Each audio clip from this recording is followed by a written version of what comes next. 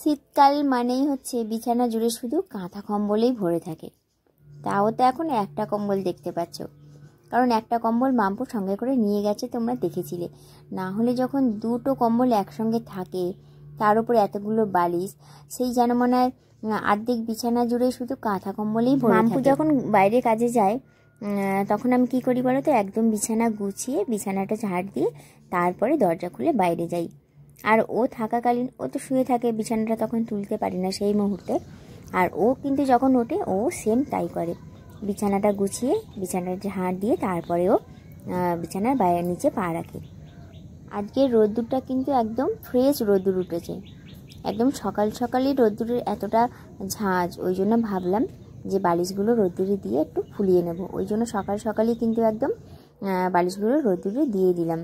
তারপরে একদম ঘরে চলে এসেছি, ঘর বারান্দাগুলো ঝাড় দিয়ে নেব, নিয়ে তারপরে একে একে ঘর মোছা আছে, কিছু বাসন আছে সেইগুলো রাত্রিরে মাজা হয়নি, সেইগুলো মাজবো। তো চলো বন্ধুরা, ব্লগটা শুরু করে দিয়েছি, সঙ্গে থাকো আর দেখতে থাকো, আশা করছি তোমাদের ভালো লাগবে।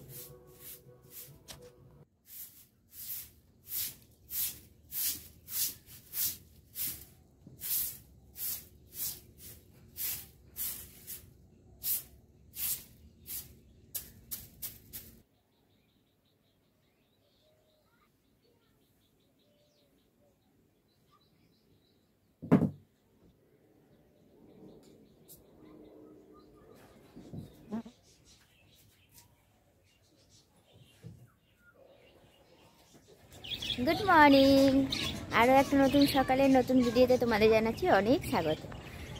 সকাল সকাল চান করে একদম কাচাকুচি কিছু করেছি। এই চাদরটা কি বলো তো, শিব চর্চার দিন মেঝের মধ্যে পেতে দিয়েছিলাম বসার জন্য। কাচবো করে না, কাচাই হচ্ছিল না, ওই জন্য আজকে আমি না কেচেই ফেলি। তো যেই নাইটিটা পরেছিলাম ওইটা, চাদরটা সব কিছু দিলাম, গামছা। শীতকালটা আমার যে কতটা পছন্দের একমাত্র আমিই জানি। যেখানে খুশি ঘোরো, যা খুশি খাও, হ্যাঁ সোয়েটার পরতে হোক না কেন, গায়ে আর একটা চাপাতে হোক না কেন, তাতে কোনো সমস্যা নেই।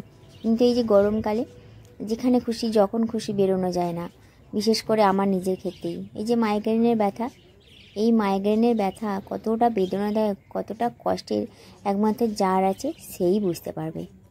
এখন কিন্তু নটা না, 8:40 মতো হবে, 40 কি 45। এখনও কিন্তু রান্নাঘরে ঢোকা হয়নি আজকে। যে বাবার এক সপ্তাহ পুরো কাজ অফ আছে, ওই কারণে মানে এরকমটা কখনো হয় না, হয় বাবার কাজ থাকে, ওর ছুটি থাকে, নাহলে ওর ছুটি থাকে তো বাবার কাজ থাকে। সকালে আমাদের উঠতেই হয়, কিন্তু যেহেতু ও বাইরে কাজে গেছে দুর্গাপুর আসানসোলে, ওই জন্য বাবারও কাজ নেই, ওই জন্য রান্নাটা একটু দেরি করে হচ্ছে। না হলে বাবা না গেলে ওর জন্য করতে হতো সকাল সকাল উঠে। এই টিনের দরজা রেখে তারা সব খুলে খুলে যায় আর দেয় না।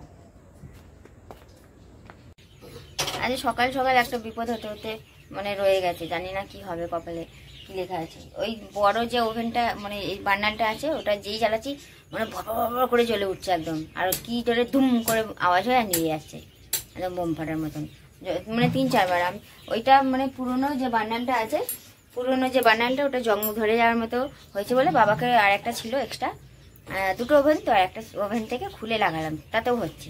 আমি লাগালাম, ভাই লাগালো, বাবা লাগালো, একই ব্যাগ টানার মতন।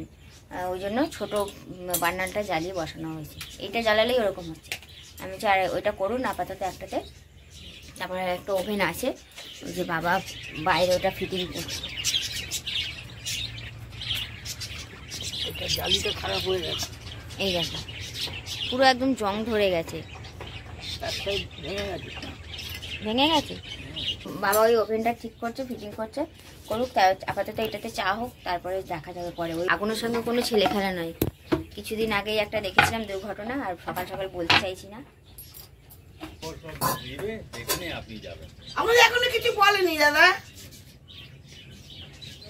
না না, এখন বলবে কোথায়, যখন ওদের প্রয়োজন পড়বে তখন রাস্তা আবার জানাবে। ওই কাকুটা হচ্ছে মানে পাশের পাড়াতেই থাকেন না, আমি কখনো দেখিনি, উনি প্রথমবার এসেছেন। মানে খান, রোদ্রে দাঁড়িয়ে আছেন, চা একটু খান। এবার চা খাবি? গেলে পরে ও চেক ধরলে পরে আমার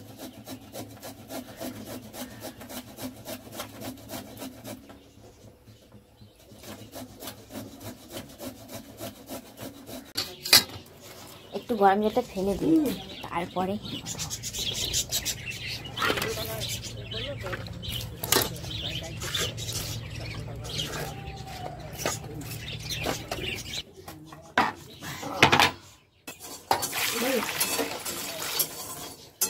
আমার দেখো মূলোটা করানো হয়ে গেছে।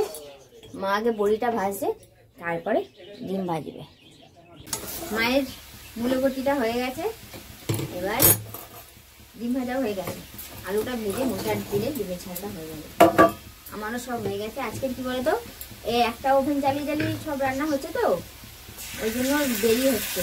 এই একটা ওভেন দেরিতে হবে, ওই জন্য আজকে মুড়ি খাওয়া হবে। রুটি খেতে গেলে সেই 11:30 বেজে যাবে, তখন মুড়ি ভাত খাবো না রুটি খাবো।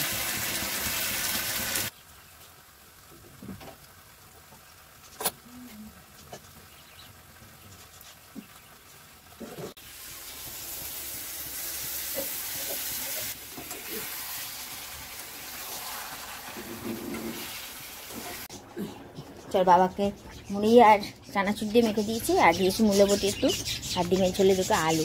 এখন আজকে মুড়ি খান, রুটি করতে সেই 11:30 হয়ে যাবে। একটা গ্যাসে তো সব হচ্ছে। এই নিন জল। বাবাকে হচ্ছে মুড়ি চানাচুর আর বড়ি দিয়েছি, আর আমি আর মা এক জায়গাতে মেখেছি, মেখে আলাদা করে তুলে নিয়েছি। কালকে ভাবছিল ভাত, মুড়ি, চানাচুর, কাঁচা লঙ্কা, সর্ষের তেল সব দিয়ে একদম মেখে নিয়েছি। ভালোই লাগছে। অনেকদিন পর ভাতের মুড়িটা একসঙ্গে খাচ্ছি।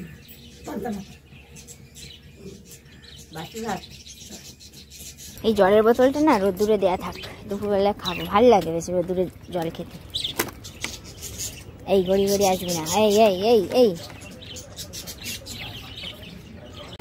মা ভাইকে খেতে দেবে ভাত বাড়ছে। আজকে আমাদের কপালে কি আছে জানি না, আমার একদম ভালো লাগছে না। সকাল থেকে একটা না একটা বিপদ মানে কেটে যাচ্ছে। একটা আজকে থেকে না, কালকে থেকে আমার ভালো মানে মনের ভেতরে এবার ঘাবড়াহট হচ্ছে, আর টেনশন হচ্ছে, চিন্তা হচ্ছে, ভালো লাগছে না। কি কপালে আছে না আছে জানি না, মানে কোনো বিপদ হয়তো আছে, সেটা কেটে যাচ্ছে, ভগবান বাঁচিয়ে নিচ্ছে না কোনো মানে ইঙ্গিত দিচ্ছে, সেটাও বুঝতে পারছি না। কি হয়েছে বলো তো, মা ভাত বাড়ছিল ভাই খাবে বলে, পুরো ভাত বেড়ে নিয়েছে। এবার কি করে থালাটা নিতে যাবে, কখনো কিন্তু আজ পর্যন্ত হয়নি। থালাটা ভাত বাড়া হয়ে গেছে, পুরো থালাটা নিয়ে ভাইকে দিতে যাবে, হঠাৎ করে ভাতের থালা একদম পুরো উল্টে গেল। মানে ভালো লাগছে না, সত্যি ভালো লাগছে না। ভাত আর মানে পুরো ভাত বাড়া হয়ে গেছিল, মূল্যবাট বটিটাও আছে, সব একদম থালা সমেত উল্টে পড়ে গেছে। হেবি টেনশন এবার বেড়ে যাচ্ছে। মাকে বললাম, মানে এক থালা ভাত পড়ে গেছিলো, ওপর থেকে তুলে নিয়েছি, আর বাদ বাকি ওটা মেয়েটাকে দিয়ে দেবো কুড়িয়ে কাছিয়ে।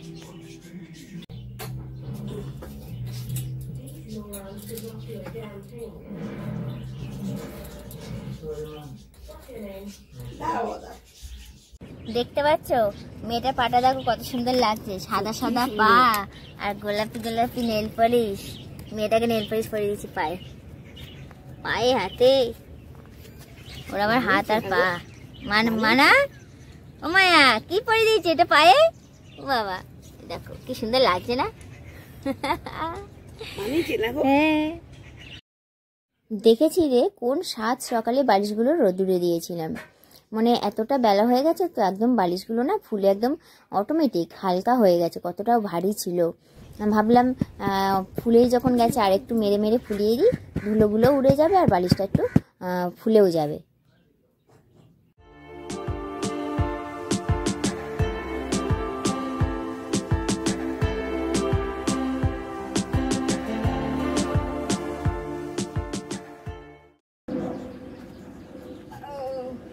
বালিশগুলো জাফরান ফুলেছে একদম। চলো,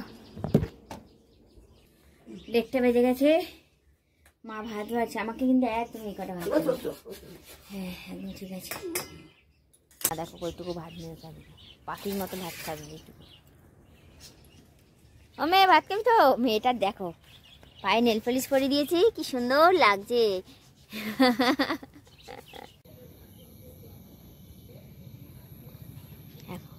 আমি ঠিক টাইমেই বেরিয়েছি, আমিও বেরিয়েছি আর ও আসছে।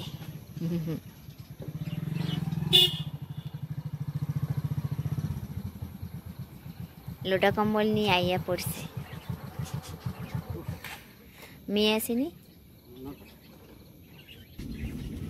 দেখো কত লোটা কম্বল নিয়ে।